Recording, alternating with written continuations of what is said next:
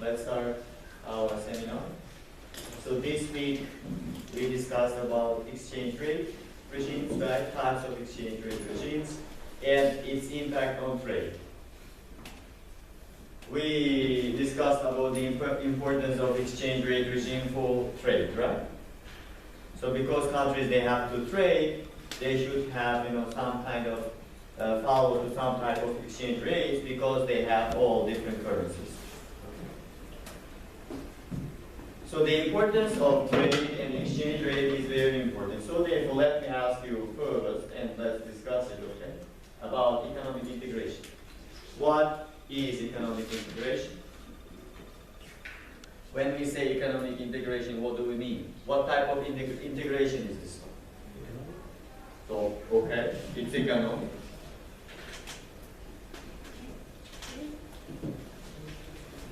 When countries economically integrate, okay, so which means that they economically integrate in order to increase trade between the countries. Yes? And that economic integration has levels of integration, yes? I remember, I strongly believe that in your international trade classes you learned about this, and in CID partly it was discussed, okay? So the first level of integration is trading based on preferences of countries, or it's called preferential trading arrangement. Preferential trading arrangement, right? It's the most basic form of economic integration. So where countries, let's suppose Uzbekistan on one side, Russia on the other side. So let's say Uzbekistan exports cotton to Russia and we buy wood from Russia. Okay? Because it is all countries, they have their own tariff policies. Russians impose 10% tariff on our cotton, and we impose 10% tariff, let's suppose, on Russian wood. Okay? If these two countries find trading these goods useful for the economy, okay, both sides will benefit. If these countries are politically good with one another, then they will start integrating economically. And the first step is, if it's good, then they may decide to lower these tariffs. So let's suppose if they lower it by 50%, so which means both sides they agree it's good for us and it's good for you, so let's make it cheaper for our economies. So if they agree to reduce it, then it is called like integration on preferences, preferential trading arrangement. Okay? So if countries, they want to integrate further, more integration economically, it is called, the second step is free trade area, right? Like North American free trade area and NAFTA.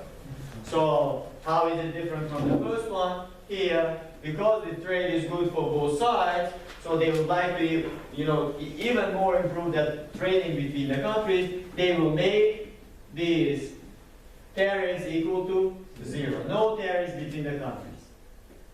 Okay, no tariffs between the countries.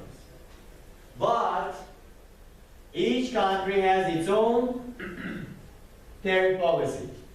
For example, Uzbeks, we impose, let's suppose, 30% on Chinese goods, while Russians impose 15% on Chinese goods. We impose 100% on German cars, but Russians impose, let's suppose, 30% tariffs on German cars. It's very different. Okay. This is that free trade area. And if countries, they want to integrate even further, then they have to sign customs union, right? Customs union. So how is it different from free trade area? So here, there is no tariffs between the countries, but their external tariff policy should be same. Okay, both countries, they should make it same. So if it's 30% in Uzbekistan, 15%, they should come up with one. For example, it may sometimes raise some issues. In Uzbekistan, lowering that, tariffs for foreign cars less than 100%, it's very bad for our GM, right? So which means that we don't want to take it away, this protection, because our GM is not going to be able to compete with foreign competitors. So which means that here we should ask Russians, why don't you make it 100%? They will say no.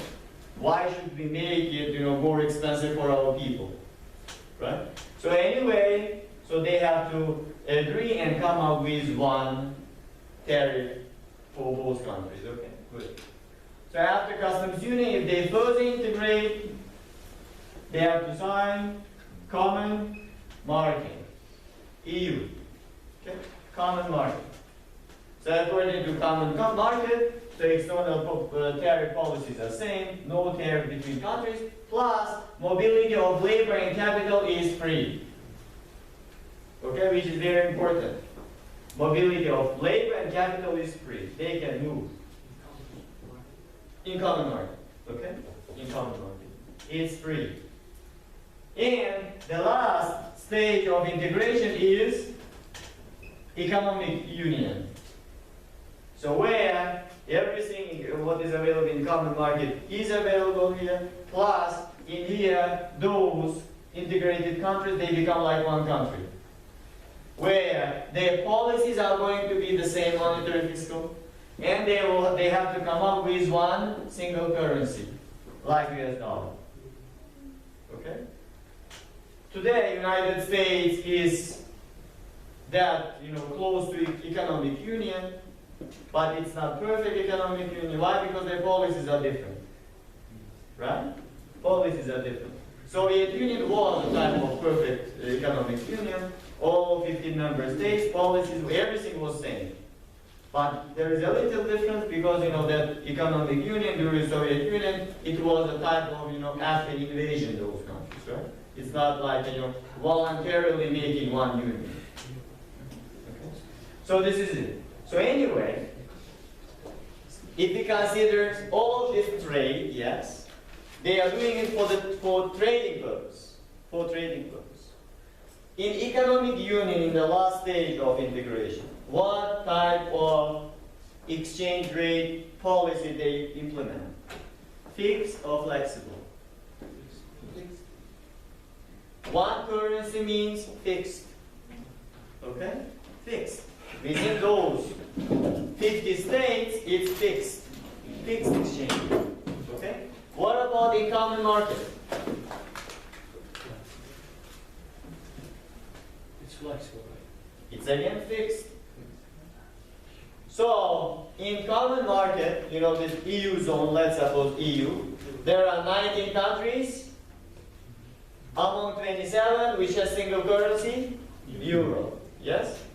And there are also 8 members which has different currencies. Okay? All of these different currencies, okay, they peg their currency to euro. They make it fixed within the member. Why?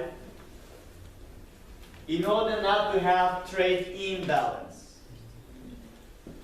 Okay, imbalance.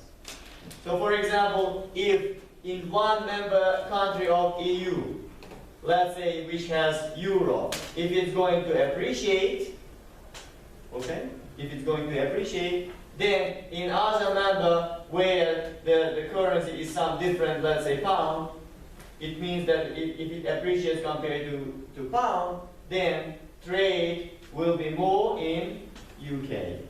It's cheaper compared to other members. So therefore, in order not to have this type of imbalance in trade, they make it fixed. Okay? So therefore, fixed exchange rate in type of economic integrations are good too. But if you consider these countries, that exchange rate regime with non-member countries, it's flexible. Within members, it's fixed. Okay? Okay? So, these are all. You will have this slide for you later. Good. And during the lecture, we discussed about making a choice in domestic and foreign bonds, yes? And we discussed about interest parity condition, which is very important in studying exchange rate policies, okay? Let's refresh our memory about that one. So, Lord, we are considering Germany, okay? Germany. Let's say for a person from Germany, a person who is from Germany, if that person would like to buy any type of goods or services, that person is able to find within Germany. If it's not available, that person is able to find from 18 other members where they have single currency euro, okay, from others. Which tells you if, in Germany people are able to find those goods and services within the union, that currency area, then it means that for Germans, demand for foreign currency is very low. Unless they would like to travel or whatever. Okay? It's very low. Self-dependent. Like this one. But in the case of interest, okay? So let's suppose interest parity condition, domestic, right? And this one is foreign, nominal exchange rate, over expected nominal exchange rate. This parity condition, this is domestically, right? Domestically.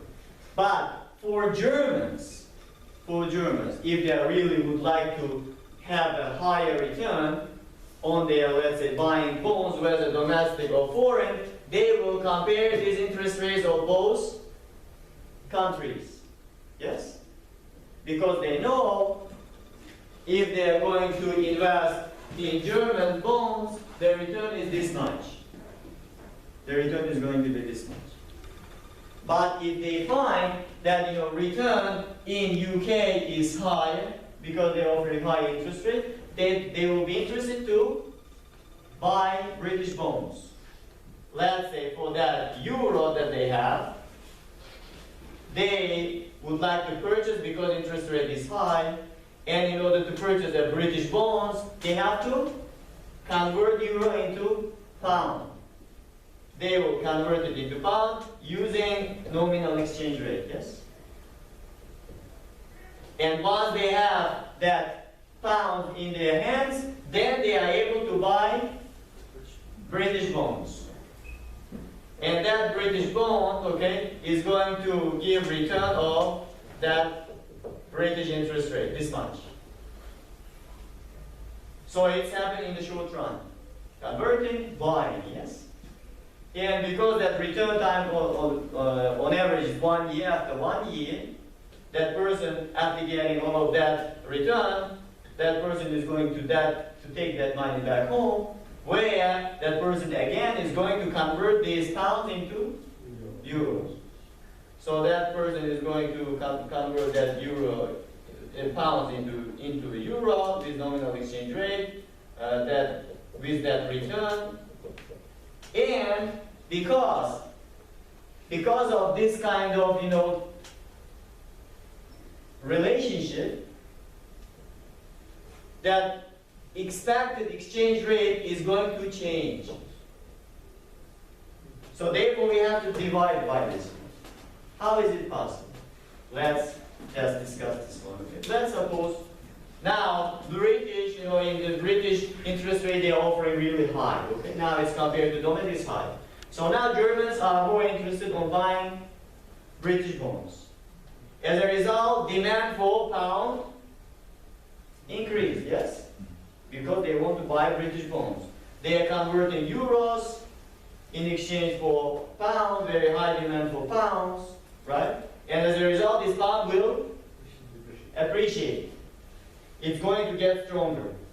If it's going to get stronger, how does it affect on British economy? If it appreciates, it will affect negatively on British economy, right? Why? Because goods and services in UK will be more expensive. If it's more expensive, that buying British goods is going to be not affordable. So therefore, but for British, buying from other countries is going to be cheap. All right? It's going to be cheap. It happened in the short run up to this point. Okay? But this process is going to take some time, medium run. Where this one is going to change. How is it going to change? So if it's not the case, it appreciates, so British people now, for them buying from Germany is cheap. They will start buying from Germany or other EU zone. Okay? As a result, they will be supplying pounds in exchange for euros. As a result, demand for euro will increase. If demand for euro increases, it's going to appreciate. Which means that this expected exchange rate is going to be higher. So investors, before buying foreign bonds, they will consider this factor as well, not only this. If they expect, okay, if they're really good in analysis, if they expect this being higher than this interest rate, then they are not going to buy it, because the return is going to be less than domestic one. Okay? This is when we consider flexible exchange rates, okay? Where these exchange rates may fluctuate. What about in the case of fixed exchange rates? Fixed. Let's suppose there is a country A, okay? We just compare the interest rate. In country A, let's suppose it's fixed exchange rate, which means that if you consider real exchange rate, right? Where it's equal to nominal exchange rate times domestic price or what? Foreign price, yes? In this equation, in fixed exchange rate, changing nominal exchange rate is impossible because it's fixed. Because it's fixed. But let's suppose somehow there was country B, okay, where we were trading. Certain things happen in that country B that, their real exchange rate in that country depreciated. It means that our currency appreciated. If it's going to be like this, it means that in this country export will increase, while in our country it will decrease. Import will increase. How does it affect on country A? Negatively, right? But in the medium run, this economy is going to heal itself. It will adjust again. How? Once the economy is now experiencing trade deficit, if it's potential income, economy is going to experience recession. Negative, right? Recession. If economy experiences a recession, one very definite sign of this one, prices start going down. Right? And which means that here we are not changing exchange rate, but prices are declining. Which means that our real exchange rate is also going down. Which means that now we become again competitive. Okay? And it may go even further, and we can be even more competitive. So it means that it will adjust in fixed exchange rate, okay? But sometimes this adjustment doesn't work or it takes too long. Not medium run, in medium run. If it's going to take too long time, then it's a problem. Complaining.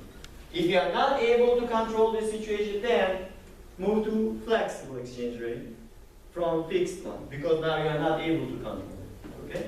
Or you have to devalue the currency in order to make our real exchange rate lower. Who doesn't like this type of devaluation? Investors. Okay? Why? If devaluation happens, then whatever they invested, they will lose in terms of their own currency. So therefore, if devaluation is going to be serious, it usually causes in the country financial exchange rate crisis, which will bring to financial crisis. Okay? So these are the basic points. So this parity condition is important. Okay? While if there is any, that imbalance, it will cause trade imbalance in the countries. So now let's consider exercise 1. Let's solve it.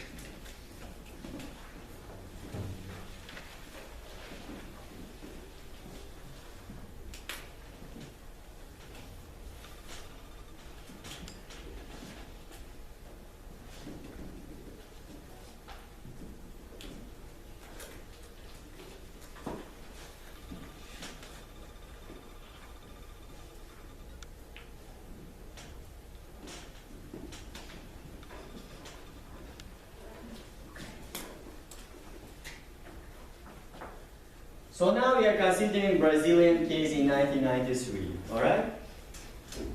And now Americans are making decision to purchase either American bonds or Brazilian bonds. Okay? I think it should be the opposite, monthly 3% and then only. So let me explain. So now Brazilian interest rates are given, okay? And American interest rates are given. So according to this data, in 1993, so parity condition, let me write it again. So that domestic interest rate, which is now American, okay? And we have Brazilian interest rate, which is foreign, nominal exchange rate over expected nominal exchange rate. This is Brazilian. And data is given for us regarding Brazilian interest rate, okay, which is monthly, is 36.9%. If you buy Brazilian bond, the return is 36.9%, okay? If you buy British American bonds, which is annual, here, the return is 3%. Monthly is, if you divide by 12, 0.25%. So this much difference. So if you find out, the case is like this, and looking at this parity condition, which bond should a financial investor buy? We should look at inflation first. We should look at this factor too. Okay? We should know, because it's not the only condition. Now we have nominal exchange rate and expected. Nominal exchange rate we have given, for example, but expected may be different. Alright? How do you know that it's going to increase, appreciate the currency, and return will be like? So look, now we have further data given. Now consider the actual depreciation of Brazilian Cruzeiro, okay? Now Brazilian currency is real in 93, and before it was Cruzeiro. Okay? So data shows that one exchange rate, nominal exchange rate, in July 93, $1 was equivalent to 100,000 Cruzeiros, okay? After just 1 month in August, okay, 93, then $1 appreciated by 34.6%. It appreciated. In other words, Cruzeiro depreciated. Okay, you can find it's about 20-25% or so. So appreciation of US dollar, which means that it increased. It was high, but this also increased. Okay? So look here. Let me write, this is return on Brazilian bonds, yes? It's going to be. Or I can write it as return on Brazilian bonds is equal to interest rate of Brazil, yes, And let me take this factor into denominator. Okay? This one. Over expected exchange rate minus, expected exchange rate over current exchange rate.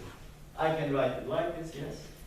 Or I can write it as 1 plus interest rate of Brazil over 1 plus expected exchange rate minus nominal exchange rate over nominal exchange rate, which is equal to this one, same. Right? Or it gives us how much that US dollar is going to appreciate. Okay, this one. Here, the way we derive, okay? Then here's the question. Calculate the expected return from investing in Brazilian bonds for 1 month. If American investor purchases Brazilian bond, what is going to be that return? So now using this formula you can just find.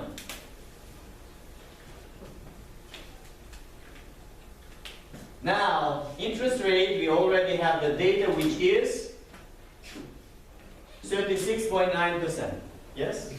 0.369 over 1 plus expected in exchange rate is 134,600 cruzeros per dollar. 134,600 minus current is 100, yes, 100 over 100,000, which is equal to 1.369 over 1 plus 0.346 equal 1.369 over 1.346. If you divide it, then you will get 1.017. So now it's going to give us how much is going to be returned on Brazilian bonds. How much is it? 1.7%. The return is 1.7%. Not 36.9%. Okay? Good?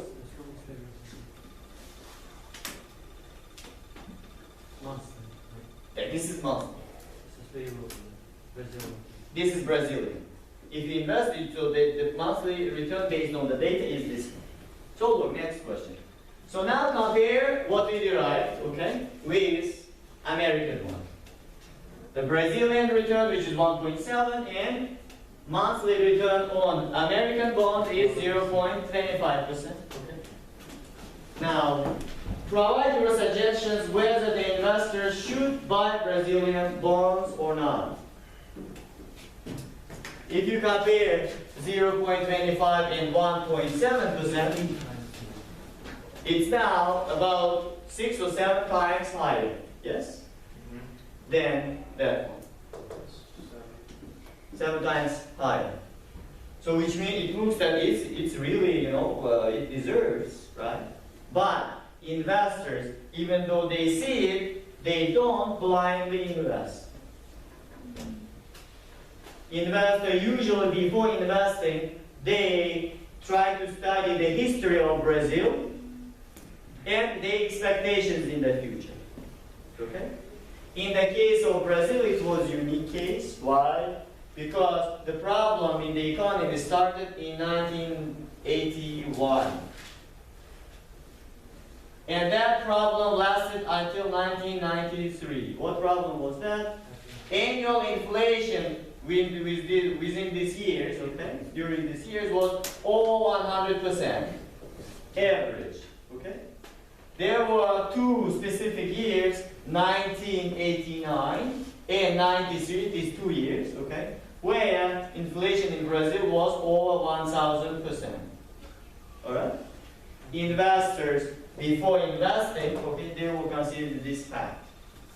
Consecutively, this country is experiencing. In 89, it was 1,000 or 1,000. In 90, there was some other. In here, and they are offering very high interest rate. It means that something is going wrong.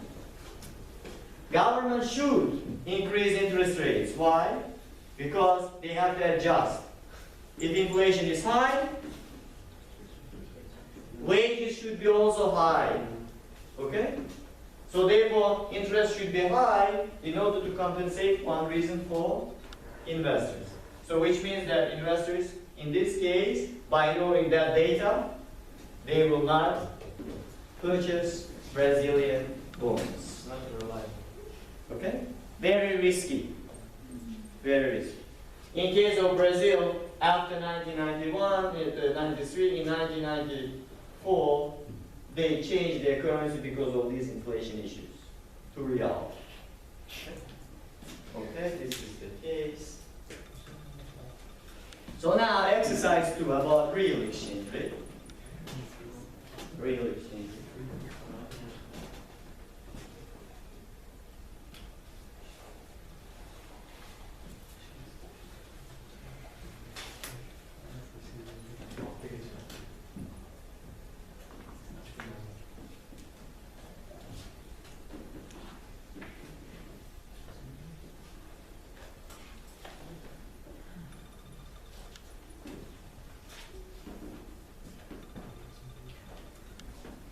Okay. Now we are given, some hypothetical data for Uzbekistan and the US. Okay. According to the given statistics, 1 kilogram of Uzbek wheat costs 2,000 soums in Uzbekistan. And 1 kilogram of American wheat costs $2 in the United States.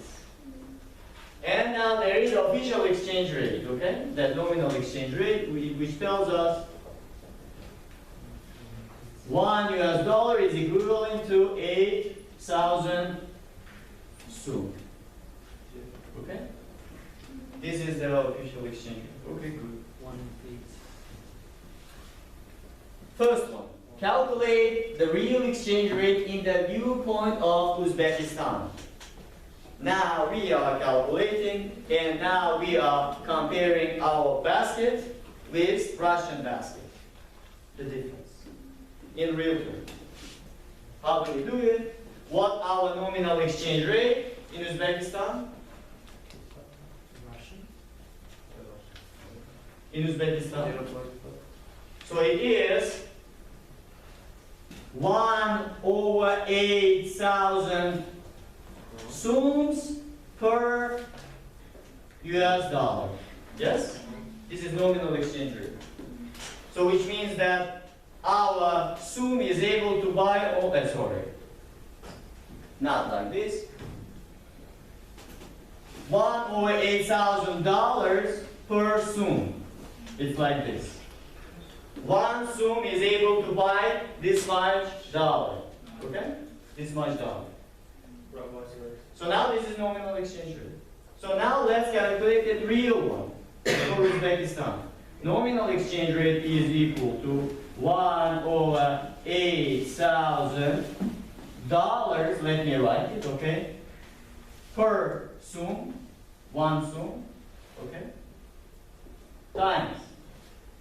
Our real exchange rate formula is equal to nominal exchange rate times domestic price over foreign price. Domestic price of wheat is 2,000 soum per 1 kilogram of Uzbek wheat. So now you can write it as 2,000 soum per 1 kilogram of Uzbek wheat. Foreign price, $2 per 1 kilogram of American wheat. Okay? American wheat. So now, you can cancel out these dollar signs, you can cancel out these sums, and the remaining, it gives us comparing those real goods prices. Okay? So where if you cancel out this one with the denominators, it's going to give you 1/8, okay? Right? Times 1/1 kilogram of Uzbek wheat over 1/1 kilogram of American wheat. If you take it to the numerator and this one to the denominator, it will give you 1/8 kilograms of American wheat per 1 kilogram Uzbek wheat. Our 1 kilogram of Uzbek wheat is able to buy 1/8 kilograms of American wheat, or 125 grams of American wheat. Okay?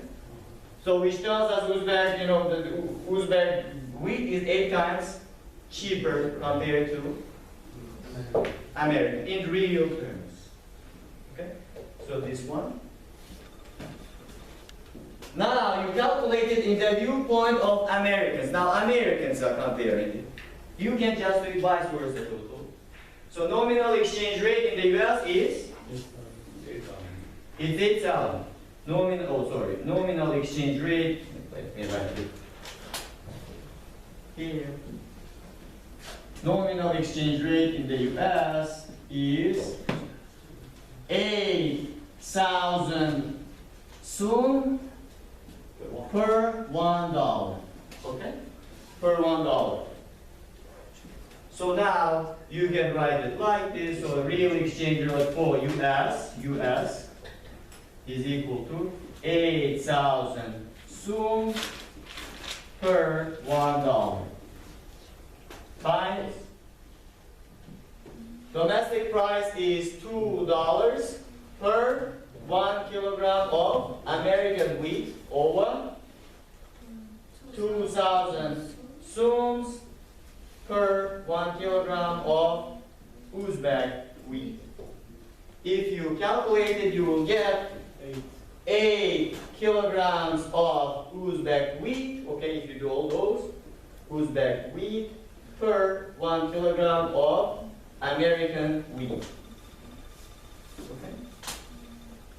This is in terms of here. So sometimes it confuses people. Okay? So if you do it like this, you will avoid that confusion.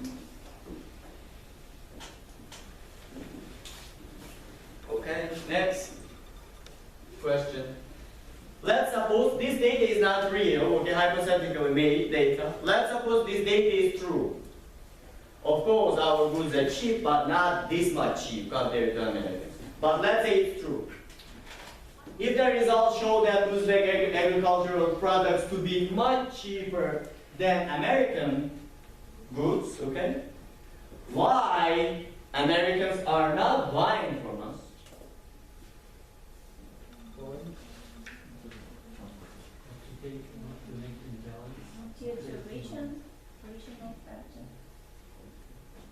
One argument is because of transportation cost, yes. But the difference is, 8 times that transportation cost is nothing.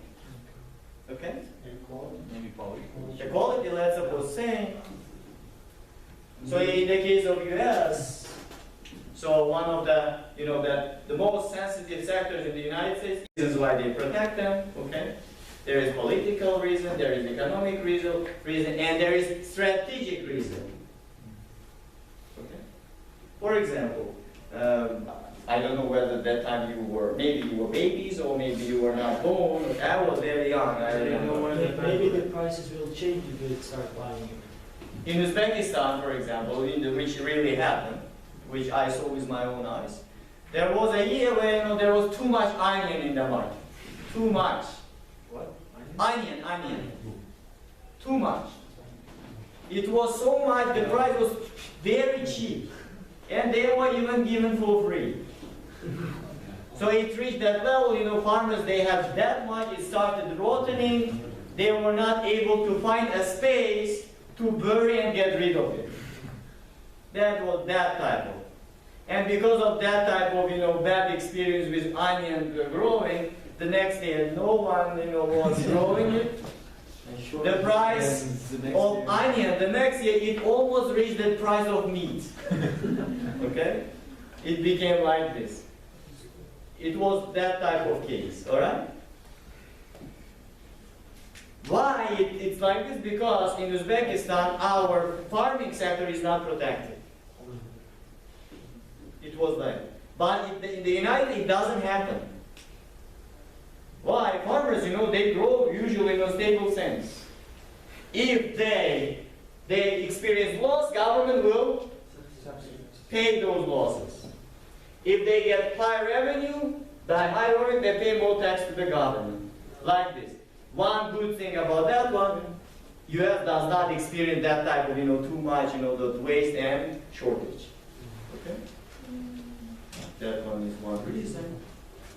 And another reason, you know, that today United States is 100%, I think, that, you know, self-sufficient with agricultural goods. Strategically important. Not dependent on other countries' agricultural goods and fruits, okay? Next, exercise. Okay. I'm erasing.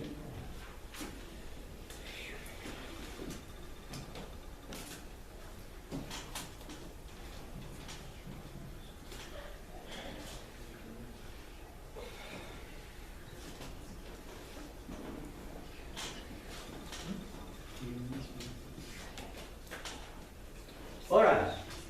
Parity condition. Domestic interest rate is equal to foreign interest rate times nominal exchange rate over expected exchange rate. If it's fixed fixed exchange rate regime, then this is going to be equal to 1, yes. What is important that interest rate domestic and foreign. If one country, you know, that is going to increase interest rate, the second country also should increase. Or if it's going to decrease, or it should also decrease. Otherwise, there will be trade imbalance. Okay? So now we are considering flexible exchange rate regime. Let's express our, you know, current exchange rate with these factors. If we multiply both sides by expected exchange rate and divide it by this factor, we will get our nominal exchange rate is equal to domestic interest rate over foreign interest rate times expected exchange rate, yes? Now we are getting flexible. In flexible exchange rate regime, those countries, they have monetary policy free to implement. Which means that interest rate can be different in any year. And because, you know, that exchange rate in those countries are not fixed, it may also change in any other years. Because of that, well, now I can write this expected exchange rate, okay, is equal to expected domestic interest rate for year 1, T plus 1, over expected interest rate over foreign country, T plus 1, and the following year's expected exchange rate. Or I can write it too. It's equal to 1 plus expected interest rate for year 2, 1 plus expected interest rate for foreign interest rate times expected exchange rate for the following year. And you can write it in infinite times, okay? Forever. You can write it like this. Which means that now this factor is equal to this one, or this factor is equal to this one, and you can write it as 1 single formula equation, like this. Okay? Like this. This is nominal exchange rate in the case of flexible exchange rate regime. Okay, that. So now let's solve this exercise. Now let's assume that expected exchange rate is equal to 1 for any years. Expected exchange rate P plus N is equal to 1. It's not going to change. That's assumption. And now we have to make an assumption that current and expected future domestic interest rates and current and expected future foreign interest rates are all equal to 5%. So according to the data, that current interest rate and any expected interest rate, domestic, current foreign interest rate, and any expected foreign interest rate, they are all equal to 5%. Okay? According to the given. Now, calculate the current exchange rate. With the given data, can we calculate it using this formula? We can easily calculate. How can we calculate? Let's do it together. Number one, current exchange rate is equal to now 1 plus interest rate in year 1, which is 5%. Yes? 0.05. What about that domestic interest rate for year 2? It's again 5%. And it is 5% for all years. What about foreign interest rate? It is also 5%, yes? For the second year is also 5%, and it's 5% for all years. What about the current exchange rate? 1. It's equal to 1. So now there are n years, let's suppose. We can write it as 1.05 in the power of n, yes? Over 1.05 in the power of n, which is equal to 1. So if the condition is, is same and these are same, then of course it will be equal to 1. There is no appreciation or depreciation of currency. Okay? Good. Now, second case. Now suppose that the country is planning to reduce the current domestic interest rate from 5% to 3% for just 1 year. According to government's expectations, how much will the current exchange rate depreciate? So now government is planning this first year interest rate, yes? They are going to reduce it from 5% to 3%, only for 1 year. The following years are going to be only 5. Sometimes government does it because it's important. Because of to avoid some kind of, recession, signs of recession in the economy. We will consider that type of exercise later, okay? Not today, but in our future topics. All right, let's calculate it, how much it's going to depreciate. Number 2. So now, our domestic interest rate for the first year is now not 5% by 3%. Second year, 5%. And it's going to be same for all years, yes? Yeah. What about in a foreign country? Still 5%, yes? Or I can write it in the power of 5. Okay? In the power of 5. Expected exchange rate is 1. It's equal.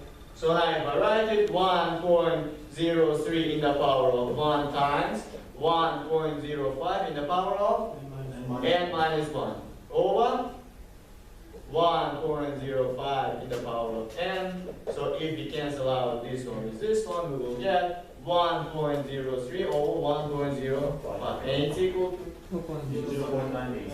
0.98. So how much that currency depreciated? 2%. Okay? 2% depreciation. So now it is government's expectation. Government is now expecting, now we are going to do it for the past only 1 year, and based on all other things unchanged, it will be 2% depreciation. Okay? Which group of people, okay, are really curious about these changes? Or they are very, worried about these changes? Investors, okay? Investors. Which means that investors who invested previously, right? With this change in government, interest rate policies, the value, their currency in dollars depreciated by 2%. Now their money became 2% less. Okay? So therefore it's important. When these kind of things happen, investors usually, because they are not able to read, those policymakers' minds, yes, they expect it in a very pessimistic way. So now case 3. Now suppose that when current interest rate declines from 5% to 3%, investors expect the decline to last for 5 years. According to their analysis, government did it, but they think that if it happened, then it means the government is going to keep the same at least for 5 years, minimum. According to investors' expectations, how much will be the depreciation of currency? Now you can calculate again, okay? In the case of 3, now the nominal exchange rate is equal to, the first year exchange rate, the interest rate is 3%. The second year is also 3%. Third one, 3. Fourth year they also expect to be 3, and fifth year they also expect to be 3. After, then expect it to be that normal 1 plus 5%. While there is no change in foreign interest rate, which is 1 plus 0.05 in the power of n. So if you calculate it, then you will get it's equal to 1.03 in the power of 5 times 1.05 in the power of n minus 5, yes? 5 years are here. 1.05 in the power of n. So now if you cancel out this one with this one, what we have left, 1.03 in the power of 5 over 1.005, sorry, in the power of 5, which is equal to 0.90. Right? 91. Yeah. Let's write it as 90. 90 something here, right? So which means that now investors, they expect that nominal exchange rate is going to depreciate by 10%. If currency, that exchange rate depreciates by 10%, is it something significant? It is very significant, which means that if investor invested $1 million or $10 million, that person lost $1 million. Okay? So therefore, if these type of things happen, all right, if investors consider it in a very pessimistic way, what will they do? They will start pulling their money from the economy. If they start pulling in, they were flooding and pulling all of that, then it will lead to what? Exchange rate crisis, which is going to lead to financial crisis. Okay? So Lord, in the case of that parity condition again,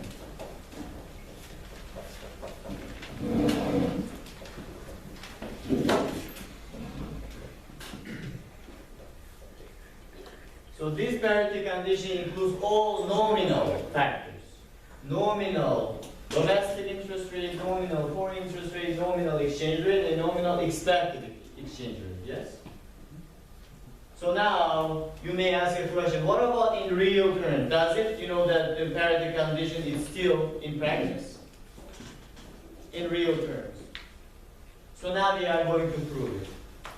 Okay? What about in real terms? So real exchange rate. Okay? 1 plus real exchange rate, the domestic one is equal to nominal exchange rate over expected inflation. Right? Adjusted for inflation is going to give us real exchange rate. So it is regarding this one. Or in other words, nominal interest rate is equal to real interest rate times 1 plus expected inflation. And you can write the same for foreign interest rate, real one. 1 plus foreign real interest rate,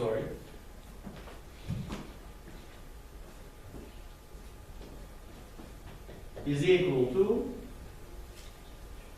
1 plus nominal foreign interest rate over expected foreign inflation. Foreign inflation. Or you can write it as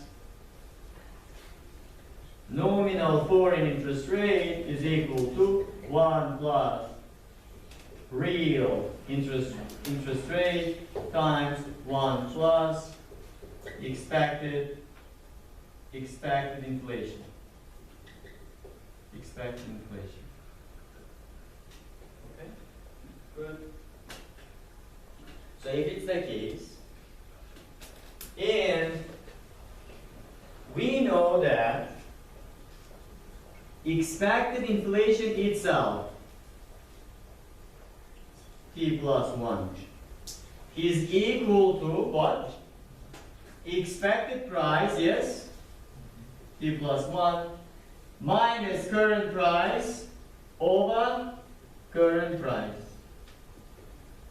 So it's equal to expected inflation. Or if you write for a foreign one, that expected inflation for a foreign country, is equal to expected price in a foreign country, T plus 1, minus current price in a foreign country over current price in a foreign country. So now in here, can I add 1 to both sides of this equation? Can I make it? I can do it, right? It doesn't change anything. 1 plus for both sides. So now, which is going to give us 1 plus expected inflation is equal to, if you multiply the denominator to 1 and you add it to the numerator, it will give you expected price over current price, yes? This one. For this one, it will give you expected foreign price over current foreign price. Okay? Good. So where this factor is equal to this, right? Or this factor is equal to this one, right? So now this one is equal to this one. So in other words, now I can write this one as nominal interest rate is equal to 1 plus real interest rate times expected price over nominal price. And this one I can write as 1 plus nominal interest rate is equal to 1 plus real foreign interest rate expected foreign price over current foreign price. Okay?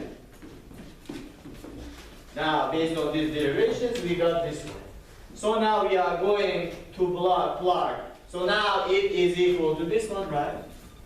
So now we are going to plug this factor to the left side of the equation and this factor to the right side of the equation. So if we do it, then we will get 1 plus real interest rate times expected price over current price is equal to 1 plus foreign real interest rate times expected foreign price over current foreign price times nominal exchange rate over expected exchange rate. Yes? So now we have this one. Now I'm going to divide both sides of this equation by this factor, which is going to give us 1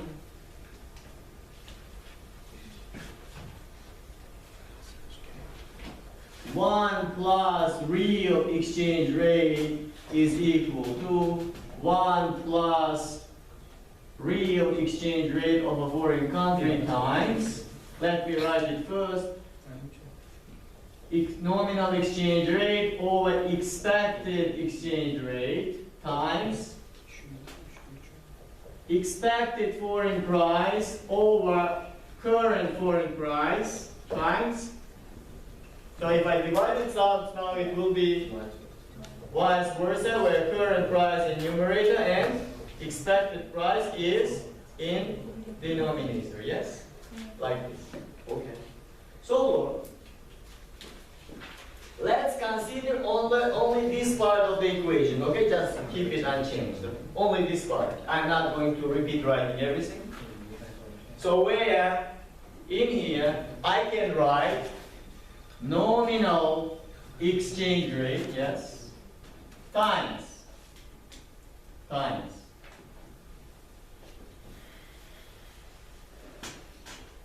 current domestic price over this factor. Now I'm multiplying this one, and this one, okay? Over foreign current price times 1 over expected exchange rate times what we have left now,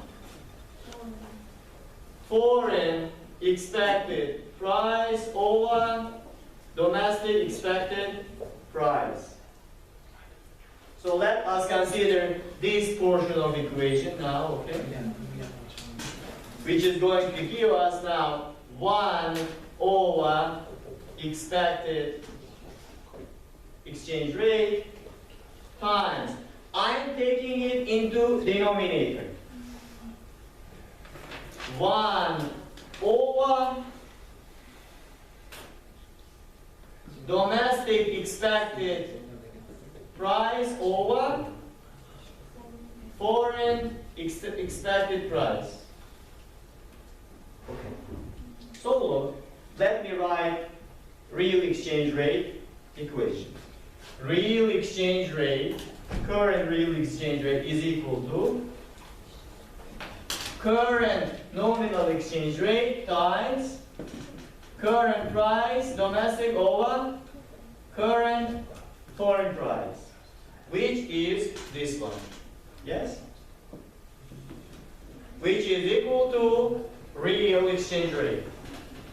Now, if I write real exchange rate for expected one, it's equal to expected nominal exchange rate times expected domestic price over expected foreign price, which means that this is equal to expected real exchange rate. Okay?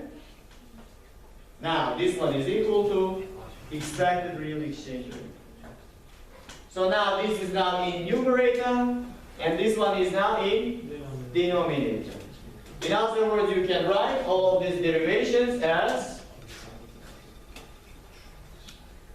1 plus real exchange rate is equal to 1 plus foreign real exchange rate times this is interest rate.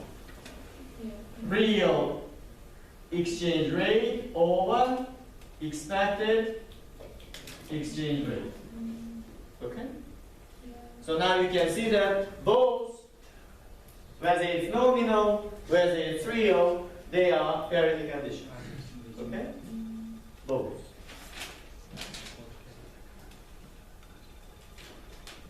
So, this is really true. Okay?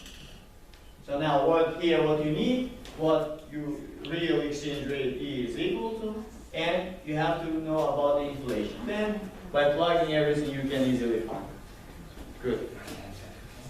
Next. Empirical example, all right, regarding these real exchange rates.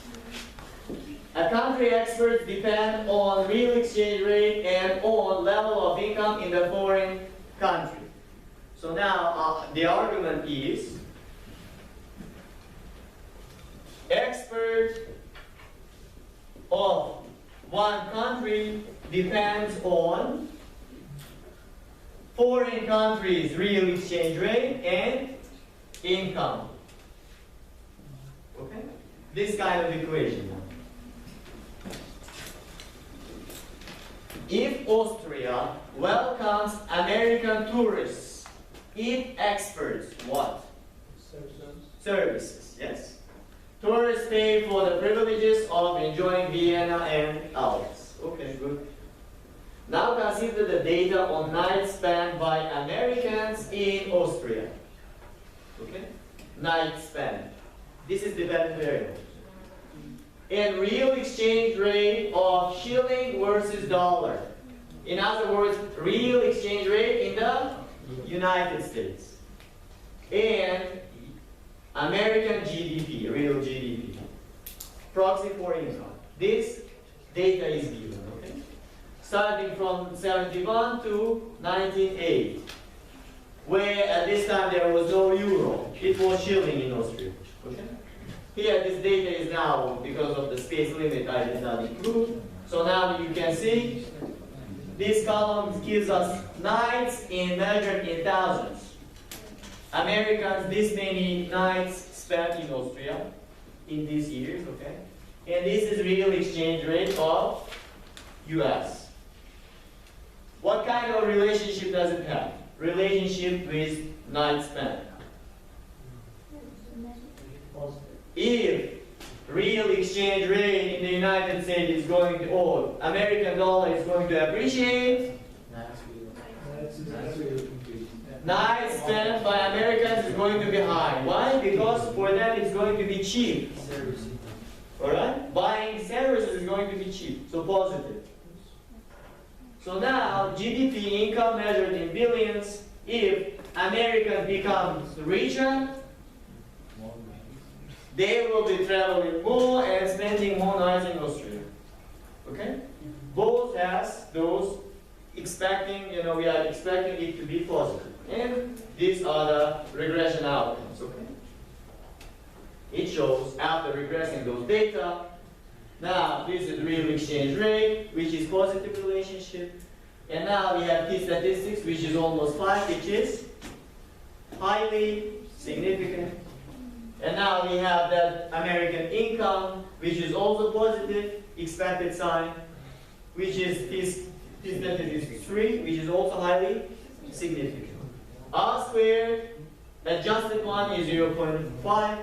For this type of data is really good outcome. Okay? Good. How can we interpret it now? So that is good. every unit increase in the exchange rate will increase the nines for 104.3. So now it is measured in thousands. Okay? 1 shilling depreciation compared to a US dollar, right? Increases the likelihood of American people spending in Austria by 104,309. If that this much difference, 1 unit difference. Okay?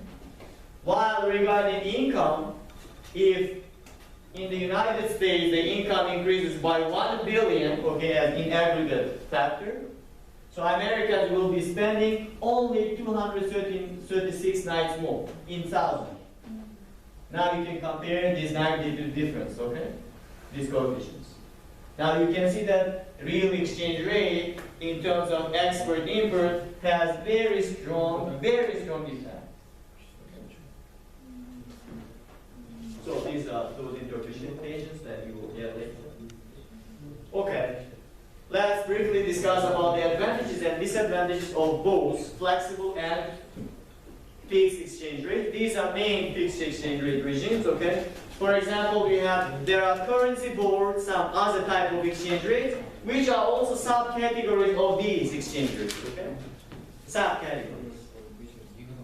What are the advantages of fixed exchange rate? Is there any advantage? Yes. For investors? For investors, it's very good, yes? Because they sure that they won't lose any money. So it's like gaining confidence of investors in relatively weak economies. Good. Any else? What about in the case of economically integrated countries like EU? It's really good. It's really good. Okay, it keeps trade balance, and their trade is getting better and better. What about the disadvantage of fixed exchange rate? Maybe sometimes it depreciates, it cannot make it stabilize. Oh, yeah, that one. The main disadvantage of fixed exchange rate is a country region is implementing fixed exchange rate, which means that they are losing one very important tool, which is monetary policy. Okay? Country cannot regulate those interest rates in the case of recession or boom. They are losing. What about the advantages of flexible exchange? What is missing there? They have it. They have that tool, monetary policy. So they can, that fluctuate interest rate, and they can even affect on nominal and real exchange rate. Disadvantage, disadvantage. Here's the disadvantage. Because they don't have. What about the main disadvantage of fixed exchange rate? Oh, flexible exchange rate? It's about one common margin. Investors uncertainty. It's one thing, uncertainty if the economy is uncertain. And another thing, investors are very uncertain because it always fluctuates. High volatility of exchange rate is a proxy for economic uncertainty. Okay? That's all. All right. So now we have a one hypothetical case and question for you. Yeah, question about flexible exchange rate. So in most developed countries, they have flexible exchange rate, Yes. but still the attractive for investors. Yes, because there are many reasons for that. One, it's very stable economy. Investors, they find that they have very good institutions, okay, and they have is very low within certain bounds. It's predictable. Yes, okay, in developed countries. So look, let's suppose that Shanghai Cooperation Organization, okay, members plan to establish economic union. We are one of the members of Shanghai Cooperation Organization. Let's suppose that they are planning to make economic union. What does economic union mean? Fixed exchange rate, which is no border. Those China, Russia, India, Pakistan, Uzbekistan, Tajikistan, was it Kazakhstan too, right? Kazakhstan, they're all going to be economically integrated, no barriers in trade, they're going to make one single currency, and they would like to make, one policy. Yes. Okay? So this is it. It's, let's say there is such a suggestion. Question. As a citizen of Uzbekistan, and as a member of Uzbekistan, okay, and as an economist, you are already economists, okay, what will be your reaction to such an agreement? No. Right now, no.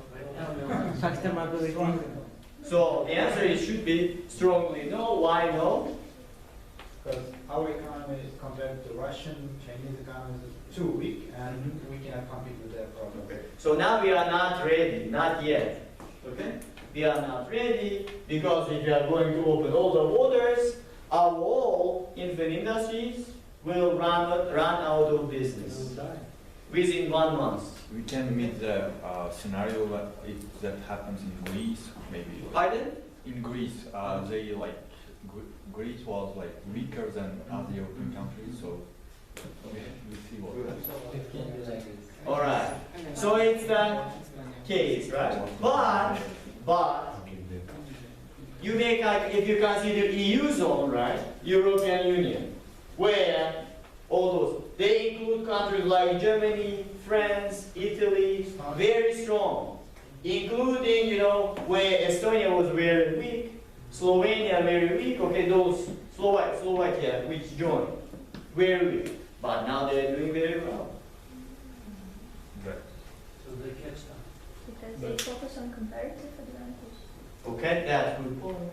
Look, if let's suppose we are going to establish it, if this economic union, okay, is going to be perfect type of economic union, it means that all member states they have to focus purely on their comparative advantages. For example, among the 7 countries, China has almost absolute advantage in terms of production of everything. But in terms of comparative advantage, they don't have all. Uzbekistan has comparative advantage in some goods. Russia has. So if all countries are going to practicing their comparative advantages, it means that all 7 countries are 100% dependent on each other. They don't want to have instability in each other's economy. Strong support, okay? Then it will be very good. But it is really less likely to happen. Why? These 5 nations are very different. Indians and Pakistanis are enemies to each other. Chinese are very homogeneous nation. Russians are very, Russian first type of people. Okay? Because of those kind of things, it may not happen. Let's suppose after having who is going to enjoy if it's going to happen? China. Let's say after having very good, that events or parties in China, all leaders agree to sign. Okay. What kind of exchange rate regime would member countries adopt? It will be fixed because they have to make one currency. And which currency is going to be that? Chinese. It will be Chinese. most probably that yuan. Why? Because it's already international currency. Not to. Okay. What is the role of economic integration in stabilizing the exchange rates?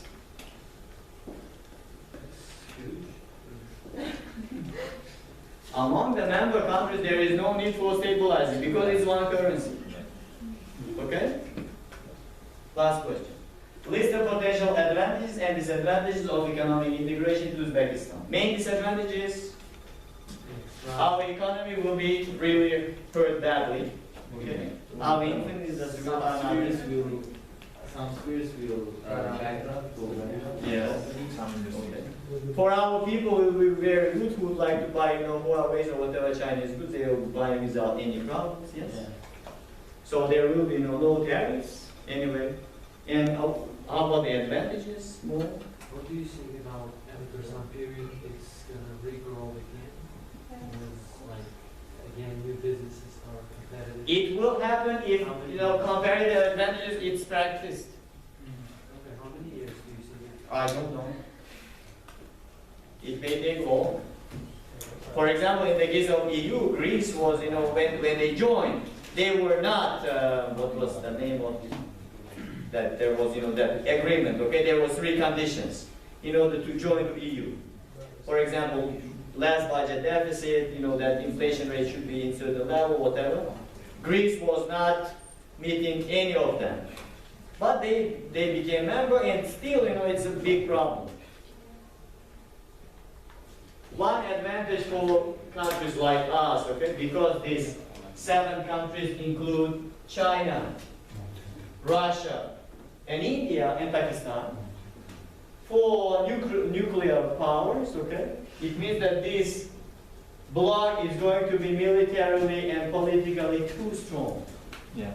Okay? And will be enemy to us. Okay, it means that you will be feeling as, proud as they all. And will become enemy of the US and all. Okay. Yeah, now I think it's over. Now you can go.